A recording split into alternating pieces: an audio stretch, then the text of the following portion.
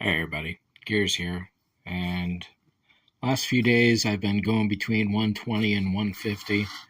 I think I'm finally back at 150. I have to give it one more pass. I went in this direction, so I'm going to go in that direction this time. There's a few very low spots. Yeah, so I had gone up and down, so you can see some shadows here. So now I got to go probably two diagonals maybe.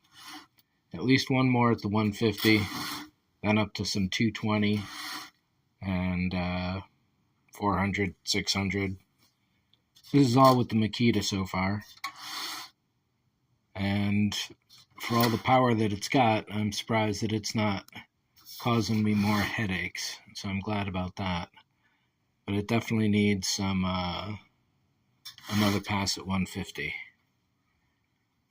Not much else to say about this guy. The top is down there and the bottom. The downside to using an aluminum dome instead of a fiberglass like Apple's used to be, or still is that every little line on the body here is a place where water can leak through. So it's going to have to be super duper weatherproofed, even though it doesn't rain out here much. If I travel cross country, it's got to be able to take it. To that end, I can drill some additional rain runoffs, and I can shield things inside, such as the Logics here. They shouldn't get water in them, but I can still add inserts, and the way, however well I put them in, or a particular way, I can buffer them. This is the only other this is the only other outward-facing LEDs. This one has a tube set back in with the LEDs at the back, as does the front PSI and that little guy too, or the front, yeah, that one right there, plus the HPs, one of which is on top.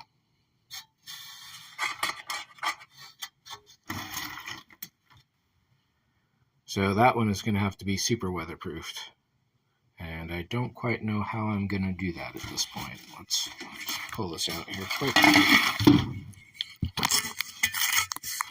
So it can be taken out at any time. I suppose if I just put a rubber seal gasket underneath this ring. Oh, there we go with some focus. So this can be removed at any time, and it's got flush rivets on the top.